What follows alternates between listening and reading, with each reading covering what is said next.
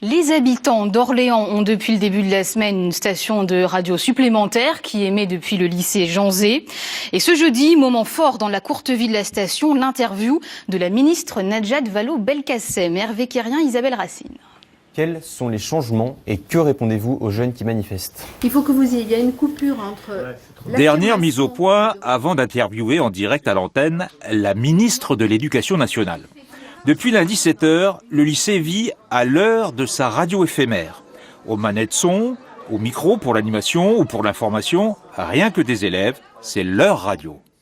Si un jour j'ai besoin de travailler dans la radio pour avoir un peu d'argent, j'aurai de l'expérience et puis même pour devenir animatrice pour un job d'été, dire que j'en ai déjà fait, ça peut aider. Je pense que c'est juste une expérience. Moi je suis plus dans le domaine du cinéma, c'est ce qui me plaît, c'est ce que j'aimerais faire plus tard. Vocation ou pas, n'empêche, ils se prennent tous au jeu.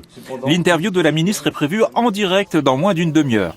C'est une radio de lycéens, certes, mais ils sont tout de même épaulés par quelques habitués de cet environnement radiophonique.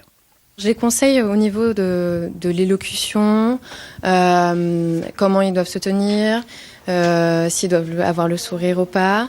Je les conseille aussi au niveau de l'écriture, aussi s'ils ont besoin. C'est assez impressionnant de voir les jeunes avec tout cet enthousiasme pour réaliser l'interview de la ministre.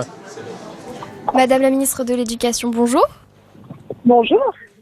Une interview ministérielle de plus de 20 minutes avec des questions sur la loi travail, sur le numérique, la politique en faveur des jeunes. Un entretien suivi en studio par des lycéens et en externe par les auditeurs du 101.4. Cette interview, c'est le coup de maître de cette station de radio éphémère qui cessera d'émettre ce vendredi à 17h.